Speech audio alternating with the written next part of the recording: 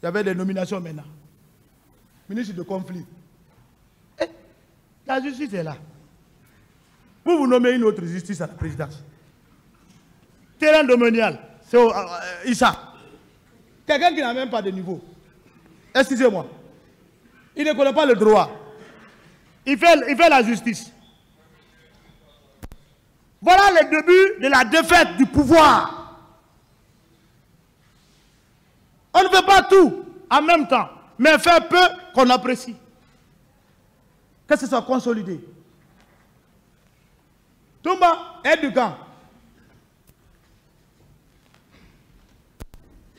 Bon, Granco même, on ne l'avait pas nommé. Je me souviens. Les nominations sont tombées, il n'a pas vu son audio. Ah, non. Ça fait là. On a travaillé, mais on n'a rien. Bang, bang. Le président Moussa Dadis reste dans son bureau, il calcule, il dit, il met une idée du ministre chargé de la sécurité présidentielle. Mandjou, écris.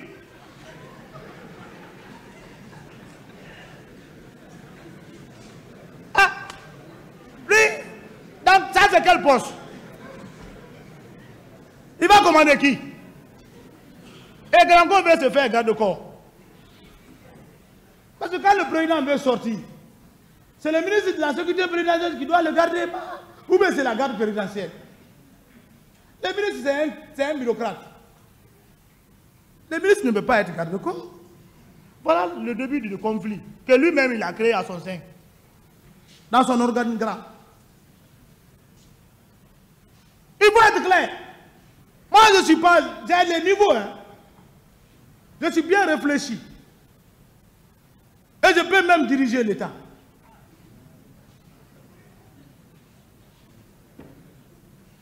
Ministre, ça c'est de la garde présidentielle.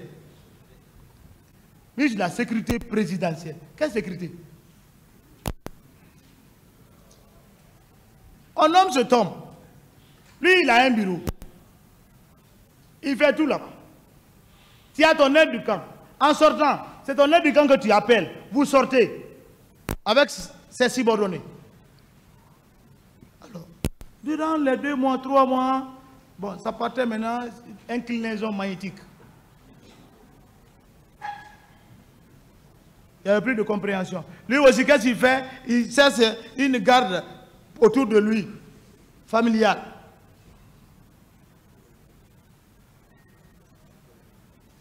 Donc c'est comme ça le pouvoir est venu. C'est-à-dire c'est devenu président. Et nous, on avait confiance en lui. Celui qui devait être d'accord avec les leaders. Pour pouvoir, parce qu'on a dit, vous prenez le pouvoir, vous organisez les élections. Quand vous organisez les élections, si vous devez vous présenter pour une deuxième fois, venez au pouvoir, là vous venez maintenant en tant que civil. Mais dans le show là, si vous essayez de vous présenter candidat, alors ça serait mal vu devant le peuple et l'opinion internationale. Donc, c'est un pouvoir de vacances parce que l'Assemblée nationale n'était pas légitime à prendre le pouvoir parce que leur mandat de légalité était épuisé. Donc, il n'y avait plus l'Assemblée légale au niveau du peuple, la Constitution. Donc, quand vous venez, vous organisez le petit temps que vous faites, même dans un an, vous pouvez organiser les élections et vous ôtez la tenue, vous revenez. Le pouvoir, c'est la stratégie. Tu peux donner le pouvoir à un de tes petits, il organise comme Poutine, tu reviens. C'est très simple. Mais si vous cherchez à rester au pouvoir et que le peuple n'apprécie pas, mais s'il y a quelque chose, vous êtes responsable. Alors, voilà l'organigramme de cet événement qui est trop à dire. Je vais me limiter là pour ça. S'il y aura des questions sur ça, je suis prêt à répondre. Le régiment. Qu'appelle un régiment? Je ne détaille pas. Je suis un militaire. Mais le régiment, c'est l'ensemble de plusieurs bataillons. Chacun a des Google là-bas. Tu peux taper un bataillon, faire combien de... Un régiment fait combien de bataillons? Donc, il y a plusieurs unités. Des corps différents, des fois. Comme le Calfaï entier est un régiment. Il y a l'artillerie, il y a Bata, il y a Rémia, il y a bataillon char. Sont commandés par les bataillons. Les bataillons sont dans... Donc, ces différents bataillons réunis font un régiment. Donc, à la présidence, il y avait soi-disant régiment. C'est-à-dire le groupe des rangers qui vit déployer dès la prise du pouvoir à Conakry. Pourquoi c'est là? Pourquoi on a ramené tous les rangers? Pour ne pas qu'une autre personne puisse utiliser ce groupe face à vous. Ramenez-les. Les Chinois, ramenez-les. Ces dons de Conakry qui ont aidé le pouvoir sont avec vous.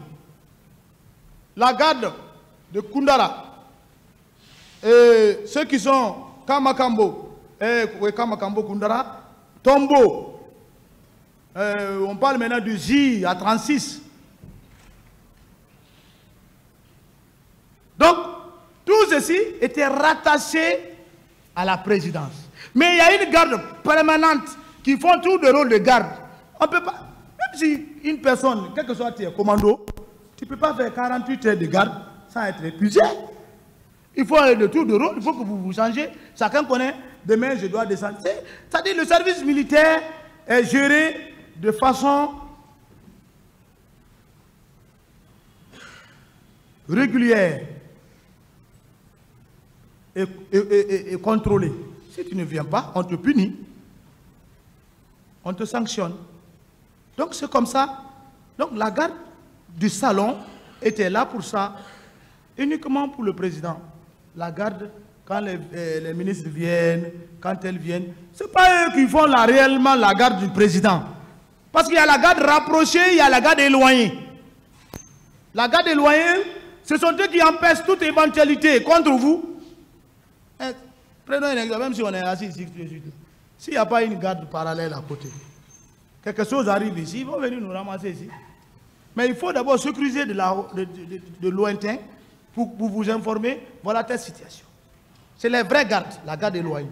Donc, ces hommes étaient là pour ça, dans les différentes positions. Mais qui étaient commandés par le président. Il ne faut pas marcher dans la boue. Le président ne peut pas dire qu'il n'était pas commandant du régiment. Il n'a pris aucun acte pour nommer un commandant du régiment.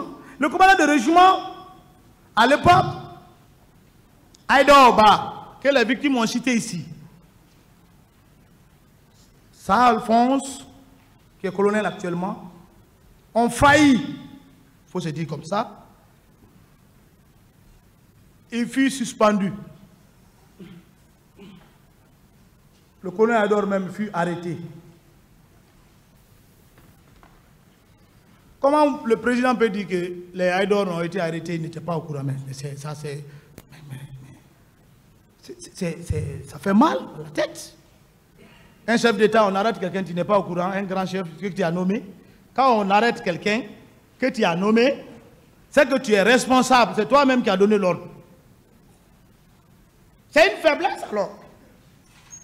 Moi, président de la République, je nomme quelqu'un à un poste, j'entends qu'on l'a enlevé par décret, je te dis non. Qui a signé? Qui vous a dit de l'arrêter? Ramenez-le. C'est ça un responsable. Mais il ne faut pas camoufler pour modeler, je ne sais pas, comme les potiers. Non, on n'est pas là pour construire un pot.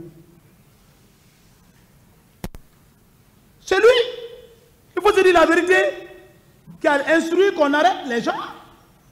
Parce que, il faut se dire la vérité, Aïdorba et Alphonse, il me connaît, il est colonel, il fait le service, l'autre est décédé. Il n'était pas là dans l'esprit du commandement. Il fallait les arrêter. Mais c'est ça. C'est tout. Donc la responsabilité du commandement fut revenue au président de la République. Celui qui entretenait le régiment. Celui qui donnait de l'argent au régiment.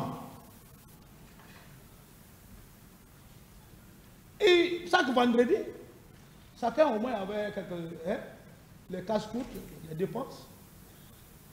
Je ne rentre pas dans ça. Parce que si je vais parler tout, mes amis militaires qui m'écoutent, mais Marseille, il est devenu fou. Hein. Il faut être stratège.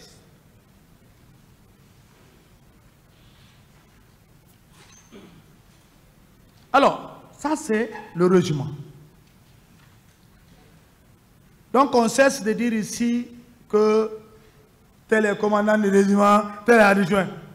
Le président d'Addis est le commandant du régiment commando, soi-disant.